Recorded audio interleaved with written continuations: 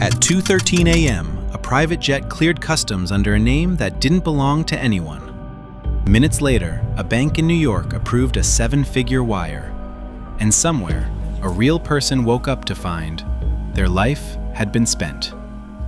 So who was the woman behind the billion-dollar identity? Over 3 years, one identity moved through banks, airlines, and luxury real estate like it had always existed. It passed background checks. It passed biometric scans. It even had friends, photos, and a history online. Investigators called it the cleanest fraud they'd ever seen. This is the story of the woman who stole a billion-dollar identity. It began the way modern crimes often do, quietly. A compliance analyst at a major fintech, we'll call him Daniel, noticed a pattern that didn't make sense. A customer who never missed a payment. A customer who never called support. A customer who opened accounts in 3 countries, but always logged in at the same hour. Not suspicious enough to trigger alarms, just too perfect. And then Daniel saw the number. Total exposure across partner banks, 9 figures. Climbing. The name on the file was Elena Voss. According to the paperwork, Elena was born in the late 80s, educated abroad, employed by a consulting firm that looked legitimate on paper.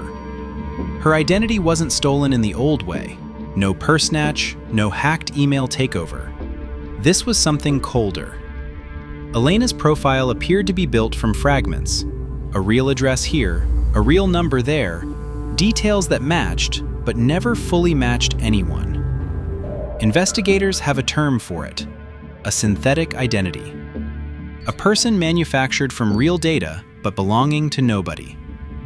When agents traced those fragments, they found a trail of ordinary people. A retiree whose address appeared in Elena's file, despite never leaving his neighborhood. A student whose phone number had been recycled, then repurposed. A child's record that should have been dormant for decades. None of them had lost an identity.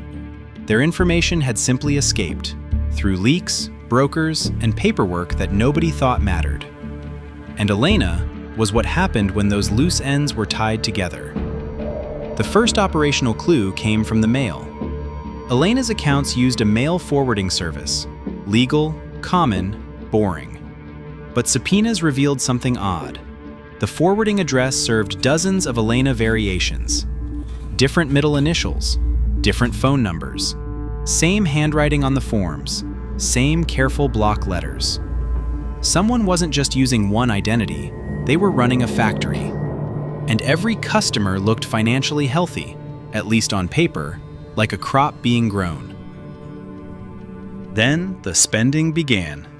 At first, it looked like success. A condo purchase through a holding company, a lease on a high-end vehicle, memberships, travel, private schools. Everything paid on time, every account pristine.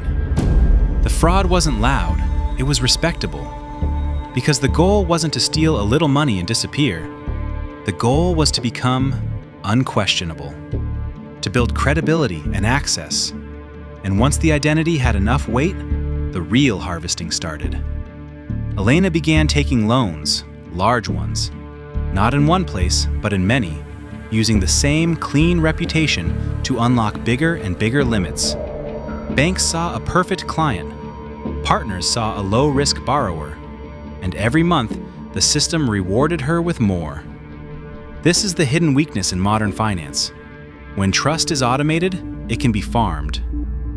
By the time anyone asked hard questions, Elena's paper trail had already crossed the point of no return. Federal agents joined the case. They traced Elena's consulting firm. It existed, technically, but it was a shell with rented offices and a website built to survive a quick glance. They traced her employer references. They answered calls with rehearsed voices. They traced her online life, photos from cafes, posts from conferences, tagged friends. Only one problem: nobody could find the original camera files. No old classmates, no childhood records. Elena's past began at age 21, perfectly formed, perfectly curated, as if she'd stepped into the world fully grown. Then came the twist that shook the task force. Elena wasn't just passing automated checks, she was passing biometric verification. Face scans matched, liveness tests passed. At a partner bank, an employee even met her in person. So investigators faced a terrifying possibility.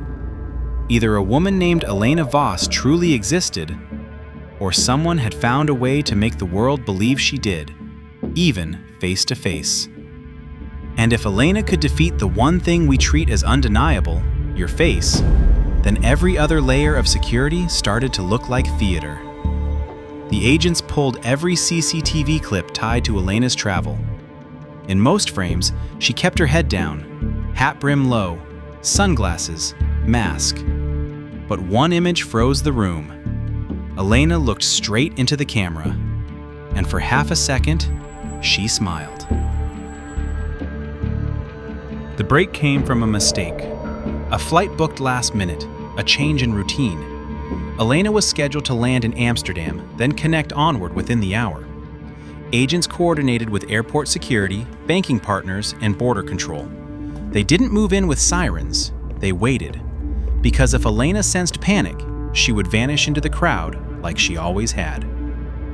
At the desk, she presented a passport that checked every box. The officer scanned it, green lights. Then a second scan, this time against a watch list built from the fraud trail. Yellow. A pause. And then, two plainclothes agents stepped forward. Elena didn't run. She didn't argue. She simply asked one question, calm as a banker. "Which name are you arresting?"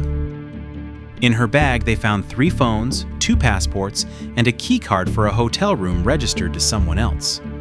In her pocket, a handwritten list of appointments, banks, property viewings, meetings, each one scheduled like a normal life. Except the life wasn't hers. In the months that followed, the case didn't end neatly. Elena offered information, but only in fragments. Enough to reduce her sentence, never enough to reveal the full network. Some losses were recovered, many weren't. And the institutions involved quietly rewrote their rules. More human review, tougher onboarding, cross-bank alerts. But the deeper problem remained. In some agencies, the lesson became a new mantra. Identity is no longer a document, it's a challenged claim. And the moment we stop challenging it, someone else will start selling it to the highest bidder. Because synthetic identities don't just steal money, they steal trust. And trust is what holds modern life together. Every login, every loan, every border crossing. Somewhere out there, the next Elena Voss is being built from scraps right now. And when she steps into the light, the system will greet her like an old friend. At 2:13 a.m., a jet cleared customs under a name that didn't belong to anyone. The question is, how many more will?